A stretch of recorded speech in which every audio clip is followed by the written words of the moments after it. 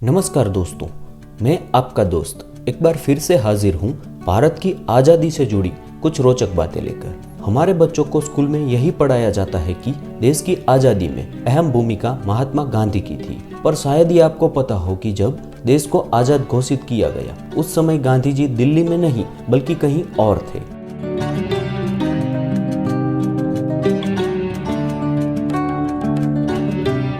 15 अगस्त 1946 के दिन पूरा देश आज़ादी का जश्न मना रहा था, लेकिन गांधी जी इस जश्न में शामिल नहीं हुए थे। दरअसल देश की आज़ादी के समय भारत पाकिस्तान का बंटवारा नहीं हुआ था, जिसके कारण देश में कौमी दंगे शुरू हो गए थे। लोगों पर खून सवार था और देश में अशांति का माहौल था। इस अशांत माहौल से गांधी जी काफी दुखी थे और आज़ादी की निश्चित तिथि से 2 सप्ताह पहले ही उन्होंने दिल्ली छोड़ दिया था। गांधी जी 4 दिन तक कश्मीर में लोगों को शांति का संदेश देते रहे और वहां भड़की हुई हिंसा को शांत किया। उसके बाद ट्रेन से वह कलकत्ता की ओर रवाना हो गए, जहां साल भर से दंगे चल रहे थे। गांधी जी ने वहां के लोगों से दंगे न करने और शांति बनाए रखने का वचन लिया। लोगों द्वारा दिए गए वचन का पालन हो रहा है या नहीं, ये देखने के लिए गांधी जी कुछ दिन वहीं रुके। 15 अगस्त के दिन गांधी जी आज़ादी के जश्न में शामिल होने की बजाय बंगाल के नोआखली में थे। वहां वो हिंदू मुस्लिमों के बीच हो रही सांप्रदायिक हिंसा को रोकने के लिए अनशन पर थे।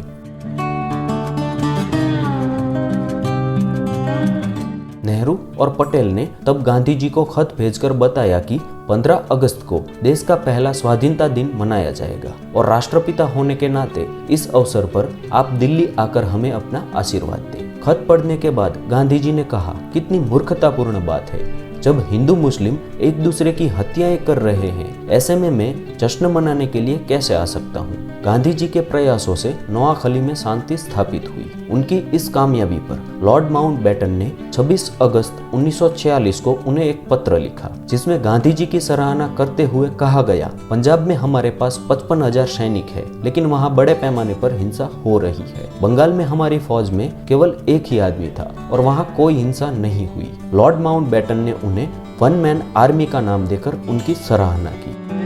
नेहरू द्वारा 14 अगस्त की मध्य रात्रि को ऐतिहासिक भाषण ट्रिस्ट विद डेस्टिनी दिया गया, लेकिन बताया जाता है कि गांधी जी ने यह ऐतिहासिक भाषण नहीं सुना था, क्योंकि उस रात वो जल्दी ही सोने चले गए थे। वीडियो में आगे बढ़ते हैं और जानते हैं आज़ादी से जुड़ी कुछ और बातें।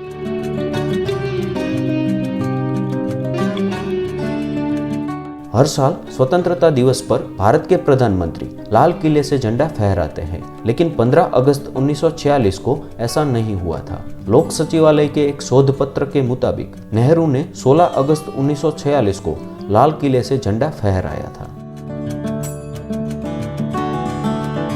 15 अगस्त तक भारत और पाकिस्तान के बीच सीमा रेखा का निर्धारण नहीं हुआ था। इसका फैसला 17 अगस्त को रेड क्लिफ लाइन की घोषणा से हुआ, जो कि भारत और पाकिस्तान की सीमाओं को निर्धारित करती थी। भारत 15 अगस्त को आजाद जरूर हो गया था, लेकिन उस समय उसका अपना कोई राष्ट्रगान नहीं था। हालांकि रविंद्रनाथ टैगोर जन गण मन 1911 में ही लिख चुके थे, लेकिन यह राष्ट्रगान 1950 में ही बन पाया।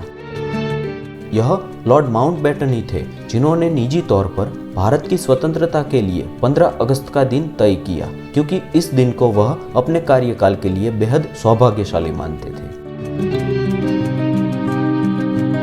15 अगस्त 1946 को 1 रुपया $1 के बराबर था और सोने का भाव 88 रुपये 62 पैसे प्रति 10 ग्राम था। 15 अगस्त को भारत के अलावा 3 अन्य देश भी स्वतंत्रता दिवस के रूप में मनाते हैं। दक्षिण कोरिया जापान से 15 अगस्त 1945 को आज़ाद हुआ था। ब्रिटेन से बहरीन 15 अगस्त 1971 को और फ्रांस से कांगो 15 अगस्त 1960 को आज़ाद हुआ था।